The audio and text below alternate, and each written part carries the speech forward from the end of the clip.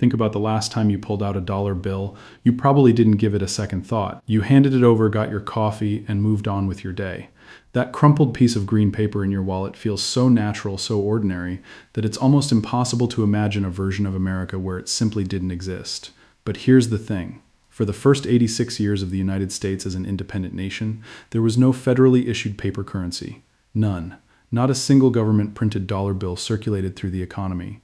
And for the century and a half before independence, the situation was even stranger. So what did people actually use? How did a farmer in Virginia pay his debts? How did a merchant in Boston close a deal? How did an entire civilization, one that would eventually become the most powerful economy the world has ever known, function without the most basic tool of modern commerce? The answer is a wild, chaotic, and frankly bizarre journey through tobacco leaves, clamshells, foreign coins, counterfeit nightmares, and one of the most spectacular currency collapses in recorded history. And the scars of that collapse were so deep that America's founders wrote a constitution specifically designed to make sure it never happened again. This is a story about money, but more than that, it's a story about trust, about power, and about what happens when a nation has to build an economy from absolutely nothing. Let's rewind past the Revolution, past the founding, all the way back to the early 1600s, when the first wave of English colonists stepped off their ships and onto an unfamiliar shoreline. What greeted them wasn't just unfamiliar terrain, it was a complete absence of financial infrastructure. No banks, no mints, no coins circulating hand to hand. Back home in England, everyday commerce ran on hard metal, silver shillings, pennies, pounds sterling. But the mother country had zero appetite for shipping boatloads of its precious coinage across an ocean to prop up a handful of struggling outposts clinging to the edge of a continent nobody fully understood yet. Worse still, the crown flatly forbade the colonies from striking their own coins. This wasn't bureaucratic laziness, it was calculated policy. Minting currency was viewed as an act inseparable from sovereignty itself, and England had zero intention of granting anything resembling that kind of independence to its overseas territories. So the settlers found themselves in an impossible bind. They had crops to sell, land to clear, trades to conduct, but essentially nothing to conduct them with. Whatever hard coin did occasionally cross the Atlantic tended to flow right back out again, almost immediately, siphoned off to pay for manufactured goods shipped in from Britain. Benjamin Franklin himself later remarked on this pattern, noting how precious metal entering the colonies got pulled straight back across the ocean to cover the cost of finished imports, leaving local tradesmen and farmers perpetually starved for anything resembling real money. Faced with this vacuum, colonists reached for the oldest transactional tool humanity has ever known: straight barter. Got a cow? Need grain? Find someone with grain who happens to want a cow. Simple concept, brutal in execution. Picture yourself as a blacksmith working a forge in 1640s Massachusetts. You need flour for your family, but the local miller has no use whatsoever for horseshoes. So now you're stuck hunting for some third party who wants horseshoes and happens to possess something the miller actually desires, cobbling together an awkward three-way swap just to put bread on the table. It was inefficient in a way that strangled economic growth at every turn, but barter wasn't the only workaround colonists stumbled onto. They quickly discovered that certain everyday commodities, things nearly everyone needed and valued fairly consistently, could function as an informal stand-in for coin. And nowhere was this more true than with tobacco down in Virginia. Tobacco wasn't merely a cash crop there, it effectively became currency itself. As early as 1619, barely more than a decade after Jamestown's founding, Virginia formally recognized tobacco as legal tender. Colonists paid their taxes in bundled tobacco leaves. They settled personal debts with it. They even purchased brides with it, and that's not a rhetorical flourish. When the Virginia Company began shipping young women overseas to marry lonely settlers, the standard asking price landed around 120 pounds of tobacco per bride. Tobacco had genuine strengths as a medium of exchange: nearly universal demand, easy divisibility, adjustable quantities for large or small transactions. But it also carried serious baggage. It rotted, it was heavy and awkward to transport in bulk. And its value swung wildly depending on that year's harvest. A particularly abundant crop could crater prices overnight, effectively cutting everyone's savings in half without warning. Eventually, Virginia's government introduced tobacco warehouse certificates, paper receipts representing a fixed quantity of leaf stored in an official depot. It was a clever fix to the hauling problem, but it also marked something bigger: an early American flirtation with the idea that a piece of paper could stand in for something of genuine underlying value. A concept that would resurface again and again throughout the country's monetary history. Meanwhile, up north, colonists adopted an entirely different form of commodity money, one borrowed directly from the indigenous peoples they encountered, wampum. It's worth pausing to correct a common misconception here. Wampum gets casually labeled Indian money in a lot of popular retellings, but that framing badly undersells what it actually was. For the Munsee, the Haudenosaunee, and other eastern woodland nations, these intricately crafted beads, cut from whelk and quahog shells, carried enormous cultural and spiritual weight. They sealed diplomatic agreements, marked ceremonial occasions, and recorded treaties, reducing them to mere currency strips away most of what actually made them meaningful. Dutch traders arriving in the 1620s, however, noticed how central wampum was to indigenous economic and diplomatic life, and they recognized an opening. If native communities placed such enormous value on these beads, and colonists could manufacture or trade for them in bulk, wampum could bridge commerce between the two very different worlds. And for several decades, that's exactly what happened. Massachusetts formally declared wampum legal tender between 1643 and 1660, with white beads valued lower than the rarer purple variety, and official exchange rates set by colonial authorities. It functioned reasonably well for a time, but it suffered the same fatal weakness tobacco did. European tools made mass production trivially easy, which meant the supply could be artificially inflated whenever someone felt like cranking out more beads. British authorities, unsurprisingly disapproving, formally ended wampum's legal tender status by 1660, though it kept circulating informally at frontier trading posts for years afterward. While tobacco leaves changed hands in Virginia and shell beads circulated in New England, a far more conventional form of money was also making its rounds through colonial ports, foreign coinage, and above all, the Spanish silver dollar. Known formally as the Spanish milled dollar or piece of 8, this coin ranked among the most trusted currencies anywhere on Earth throughout the 1600s and 1600s. Struck from silver mined in staggering quantities across Mexico and South America, it was consistent, reliably pure, and instantly recognizable from Canton to Cadiz. Spain's colonial reach was so vast that its silver dollar effectively became the world's first truly global currency. In the American colonies specifically, where English coin was scarce and locally printed money often unreliable, the Spanish dollar became the practical standard for serious transactions, used everywhere from Charleston's docks to Philadelphia's counting houses to New York's trading floors. Here's a detail that surprises most people. When colonists needed smaller change from a Spanish dollar, they'd physically cut the coin apart. Since a full dollar equaled 8 reals, you could slice it into halves, quarters, or eighths, and those 8 pieces became known as bits, which is exactly where the old phrase 2 bits for a quarter comes from. The Spanish dollar was so deeply woven into everyday American commerce that when the newly independent United States finally designed its own currency system, it essentially copied the Spanish model outright. The Coinage Act of 17092 explicitly tied the new American dollar's value to that of the Spanish milled dollar. And remarkably, Spanish coinage remained officially recognized as legal tender inside the United States clear through 1857, nearly 70 years after the Constitution itself took effect. Foreign coins and commodity substitutes could only stretch so far, though. As the colonial economy matured and grew more complex, demand for something more flexible kept building.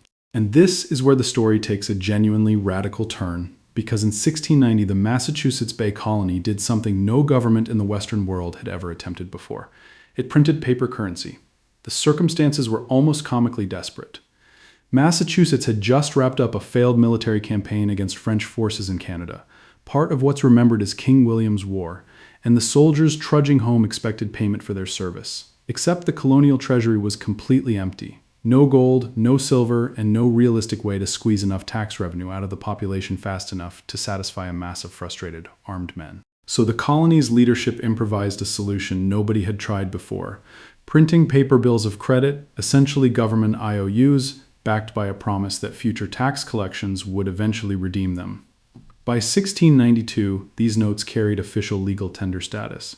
Remarkably, at least in the short term, the experiment held together. Word spread, and other colonies started paying attention. Over the following decades, virtually every British colony in North America eventually tried its hand at printing paper money in one form or another. By the time revolutionary tensions boiled over, 14 separate colonies had issued paper currency at some point. But there was a catch, and it was a significant one. Every single colony ran its own independent system, with its own denominations, its own exchange rates, and wildly varying degrees of trustworthiness. A pound note issued in Massachusetts bore no fixed relationship to a pound note from Pennsylvania, which in turn meant something completely different from a pound note out of Virginia. Currency happily accepted at face value inside one colony might get flatly rejected, or accepted only at a steep discount, the moment you crossed into the next one. For merchants trying to conduct business across colonial borders, it was an absolute logistical headache. And predictably, some colonial governments couldn't resist the temptation to print more currency than they could ever realistically redeem. Whenever that happened, the value of those notes cratered, wiping out the savings of anyone unlucky enough to be holding them at the wrong moment. British officials watched this spiraling monetary disorder with growing unease, and in 1751 Parliament responded with the First Currency Act, clamping down on New England colonies' ability to issue fresh bills of credit. A tougher version followed in 1764, extending similar restrictions across all 13 colonies. Colonists were livid to them. This represented one more example of London strangling their economic autonomy from thousands of miles away.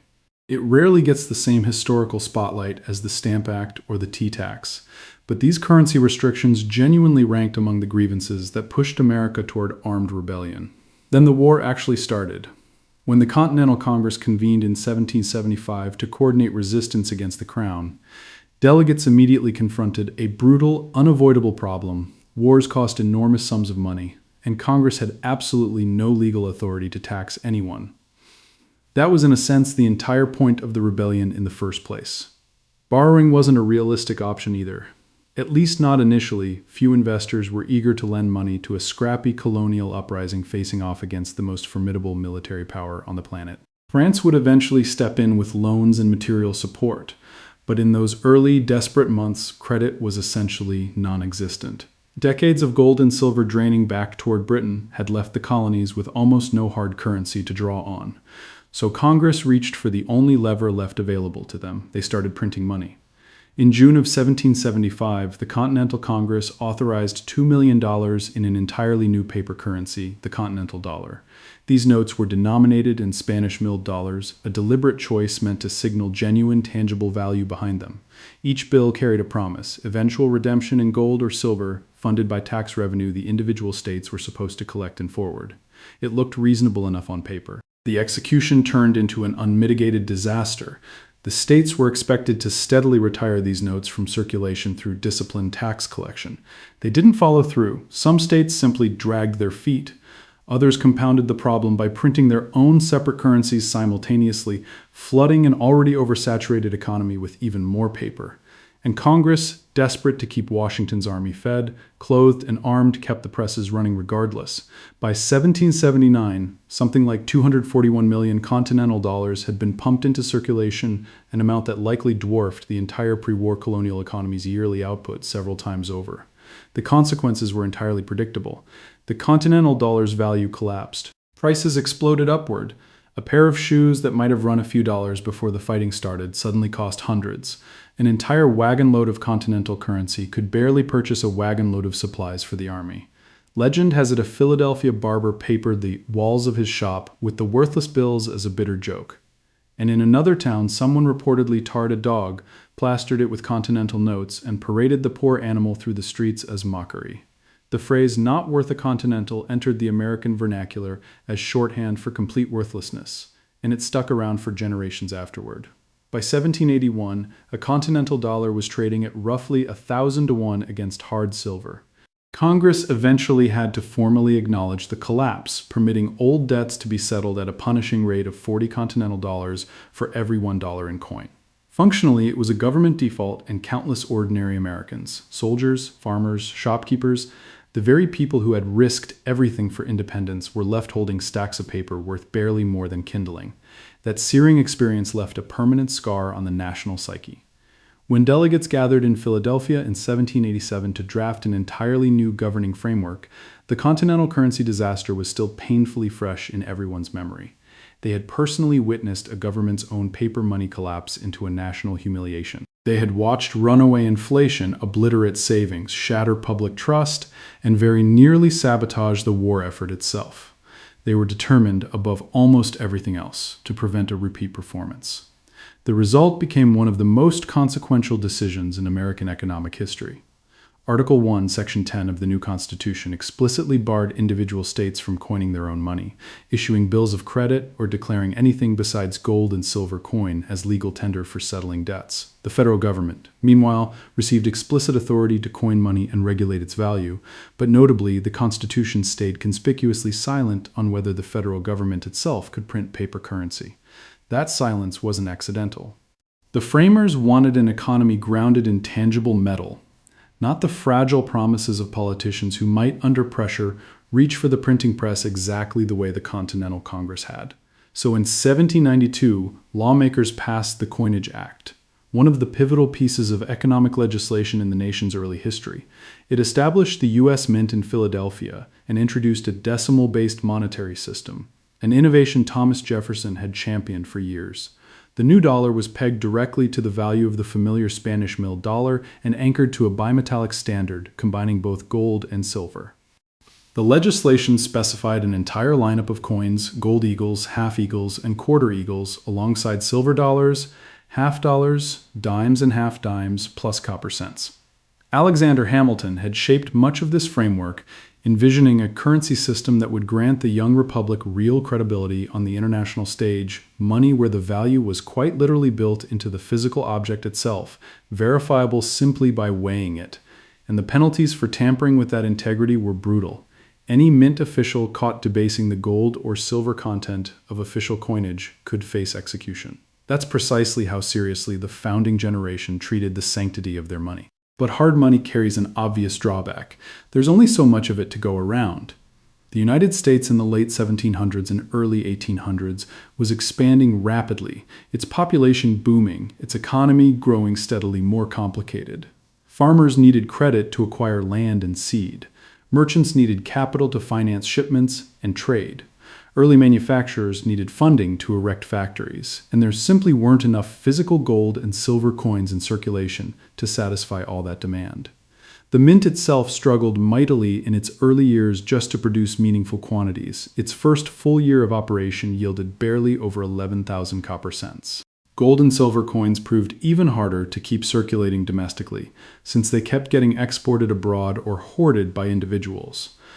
The fixed silver-to-gold ratio set by the Coinage Act, 15:1, didn't match prevailing international market ratios, which meant American gold coins were often worth more melted down as raw bullion than spent as currency. People routinely melted them or shipped them overseas to capture the better exchange rate. Silver dollars suffered a similar fate, frequently exported to the Caribbean for use in international commerce. Congress eventually had to suspend minting both silver dollars and gold eagles for several years just to stem the outflow. So even with an official mint operating, the country remained chronically short of usable currency. Spanish dollars, French francs, and British guineas kept circulating alongside the new national coinage for decades, foreign currency retaining legal tender status well into the 1800s. This persistent shortage created an opening, and private banks rushed in to fill it. Beginning in the early 1800s, state-chartered banks started issuing their own paper notes, not government currency at all, but private promissory instruments, essentially each bank's personal pledge that the holder could redeem the note for a specified amount of gold or silver at that particular institution. In theory, this arrangement made sense. Banks held metallic reserves and issued notes representing some fraction of those holdings, letting the overall money supply stretch beyond the rigid limits of physical coinage. In practice, it turned into near total chaos. By 1810, more than 90 state-chartered banks were issuing their own currency. By 1820, that figure had ballooned past 300. Throughout the 1830s, hundreds more joined the fray, and every single bank printed notes with distinct designs, distinct denominations, and wildly varying degrees of trustworthiness, depending on the issuing institution's reputation and how far you happen to be standing from its front door. A note from a well-capitalized Philadelphia bank might trade at full face value right there in the city, but get discounted 10 or 20% out in rural Pennsylvania. A note from some obscure Ohio bank might fetch 50 cents on the dollar in New York, or turn out to be completely worthless if that bank had already collapsed. Ordinary merchants had to navigate this bewildering landscape constantly. You couldn't simply glance at a bill and know its true worth. You had to evaluate the underlying creditworthiness of whichever institution had printed it, and that demanded genuinely specialized knowledge. This gave rise to one of the strangest publishing niches in American economic history. The banknote reporter, these were compact, frequently updated directories cataloging thousands of distinct banknotes from institutions scattered across the country, complete with current discount rates and warnings about known forgeries. Shopkeepers kept these little guides on their counters, flipping through them constantly the way a bartender might consult a recipe book, trying to determine whether a bill someone handed them was genuine, and if so, what it was actually worth. At the peak of this era, something like 8,000 distinct varieties of banknotes were circulating simultaneously across the country, more distinct currency types than exist in the entire world today, combined and naturally, counterfeiting flourished in this environment, with thousands of unfamiliar note designs floating around, many of them crudely printed and completely unknown outside their issuing bank's immediate neighborhood. Forging currency became almost a national pastime. Some estimates suggest roughly a third of all paper money circulating during this period was outright fake. Picture that for a moment, walk into any shop, and there's a real chance 1 in 3 bills changing hands that day was counterfeit, with no reliable way for an ordinary person to tell the difference. Counterfeiters didn't even need real skill, producing something that vaguely resembled a note from some obscure bank in backcountry. Indiana was often enough to fool a merchant several states away, who'd never laid eyes on a genuine one.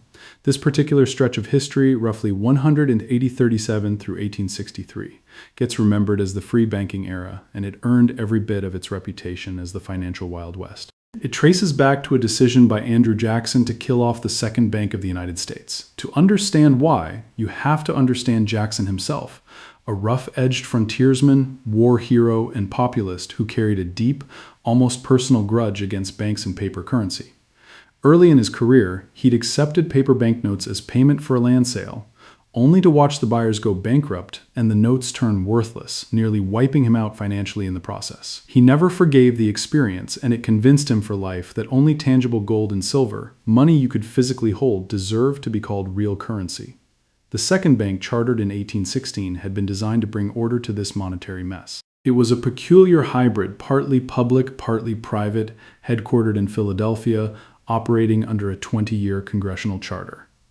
The federal government owned a fifth of its stock, and the institution served as Washington's fiscal agent, handling tax collection, disbursements, and storage of federal funds. More importantly, it functioned as something close to a central bank, regulating the broader money supply by influencing how aggressively state banks could lend.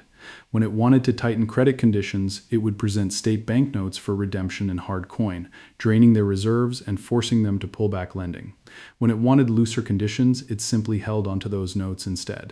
Under the steady hand of Nicholas Biddle, who took charge in 1823, the system functioned reasonably well, the economy stabilized, inflation stayed contained, and currency achieved a level of consistency it had rarely known before. Jackson, though, saw the institution as a dangerous monster, concentrating enormous financial power in the hands of a narrow northeastern elite, while leaving farmers and laborers across the South and West at the mercy of distant bankers indifferent to their struggles. And he wasn't entirely wrong. The bank did favor certain interests over others, wielding outsized economic influence with remarkably little democratic accountability attached. When Jackson vetoed its recharter in 1832, he delivered one of the most famous presidential statements in American history, branding the institution a genuine threat to individual liberty and states' rights, framing his opposition as a defense of ordinary citizens against a corrupt financial aristocracy. The veto held, the bank's charter lapsed in 1836, and the country wouldn't see another central banking authority until the Federal Reserve emerged in 1913, nearly 80 years later. What followed was precisely the chaos the bank's defenders had predicted. With no central regulatory authority left standing, states rushed to fill the vacuum, passing free banking laws that let almost anyone with modest capital and a handful of state bonds open a bank and start printing currency. This gave rise to the notorious Wildcat Bank, supposedly named because some of these institutions deliberately set up shop in locations so remote that only actual wild animals ever wandered by, the whole point being to make it as difficult as possible for note holders to physically show up demanding redemption in gold. Some of these operations were run honestly, plenty weren't. Stories circulate, some likely embellished but grounded in real incidents, of bank examiners showing up to inspect gold reserves only to discover barrels stuffed with nails and scrap metal, topped with a thin layer of actual coins to fake solvency. Other tales describe the exact same barrel of gold being hauled from bank to bank, always staying one step ahead of the inspector's route. Banks would print impressive-looking notes, circulate them as widely as possible, then simply disappear, leaving holders stuck with worthless paper. Currency during this era wasn't limited to banks alone. States, cities, counties, railroads, retail stores, churches, and even private individuals all got in on printing their own notes. There was no consistency, no real oversight, and absolutely no safety net. When a bank collapsed, and plenty did, especially during the brutal financial panics of 1837 and 1857, everyone holding its notes simply lost everything overnight. It's difficult to overstate how dysfunctional daily commerce became under these conditions. Imagine running a shop where every bill handed to you might be counterfeit, might come from a bank that no longer even exists, or might lose a fifth of its value before you can spend it in the next county. Imagine being a farmer who sells an entire season's harvest for a stack of notes from a supposedly reputable bank, only to learn weeks later that the institution has folded and your family's income for the year has simply evaporated. This wasn't some rare misfortune. It was the ordinary condition of American commercial life for the better part of 3 decades, and it was into this precarious patchwork system that the most sweeping monetary transformation in American history arrived, not because anyone particularly wanted it, but because the survival of the nation itself demanded it. In 1861, the country plunged into the deadliest conflict in its history. The Civil War wasn't merely a military crisis, it was a fiscal earthquake. A federal government accustomed to running on a comparatively modest budget suddenly had to finance enormous armies, procure staggering quantities of weapons and supplies, and sustain a war effort that would ultimately outstrip the combined federal budgets of the previous half-century. And the existing system of gold coin and private banknotes simply couldn't handle the load. Step back and survey this entire sprawling journey from clamshell beads and buttled tobacco leaves, all the way to the crumpled green bill sitting in your wallet right now. And what actually emerges is a centuries-long experiment in collective trust. Every single form of money the colonies and the young republic ever attempted amounted at bottom to a bet on trust. Trust that tobacco would hold its value season to season. Trust that wampum beads were authentic and properly valued. Trust that a Spanish silver coin genuinely contained the metal weight it claimed. Trust that some private bank down the road actually kept real gold locked in its vault. Trust that the Continental Congress would eventually make good on its wartime promises. Trust that full faith and credit printed on a government note actually meant something concrete. And the story of American currency right up through 1862 is largely a chronicle of that trust being painstakingly built, catastrophically broken, rebuilt again, and shattered once more. In a punishing cycle that cost countless ordinary people their savings, their livelihoods, occasionally even their lives. The continental dollar collapsed because the trust underpinning it was never matched by real institutional power to tax and enforce repayment. The wildcat banknotes failed because the trust behind them amounted to nothing sturdier than the word of men who were frequently con artists and thieves. The greenback, imperfect as it was, ultimately survived because by 1862, the United States had finally constructed institutions robust enough to make its promises genuinely credible. And here's the part that should genuinely stop you in your tracks. The modern dollar sitting in your wallet or flashing across your banking app screen right now is a direct descendant of those very same Civil War greenbacks. It isn't backed by gold, hasn't been since 1971, when Richard Nixon severed the last formal tie between the dollar and precious metal. Your money today rests on precisely the same foundation those original greenbacks stood on back in 1862, a promise. Nothing more tangible than the full faith and credit of the United States government. Whether that promise carries more weight today than it did during the Civil War, or less, remains a genuinely open question that economists and policymakers continue wrestling with as national debt climbs, as inflation swings unpredictably, and as entirely new forms of digital money now challenge the very definition of what currency even is, and who should ultimately control it. Whatever direction the future takes, the historical record is unambiguous on one point. America didn't casually stumble into paper money one afternoon. It resisted the idea fiercely, feared its consequences, experimented with it clumsily, failed spectacularly, tried again, failed again, and only fully embraced it once the alternative was watching the entire nation potentially unravel. Every single dollar bill circulating today stands as a quiet monument to that long, hard-won struggle, even if nobody spares it a second thought while grabbing their morning coffee. If this story reshaped the way you think about that ordinary bill sitting in your wallet, go ahead and subscribe to the channel. We dig deep into the hidden systems and forgotten struggles that quietly built the world around us, the ones sitting in plain sight right there in your pocket, just waiting to be understood.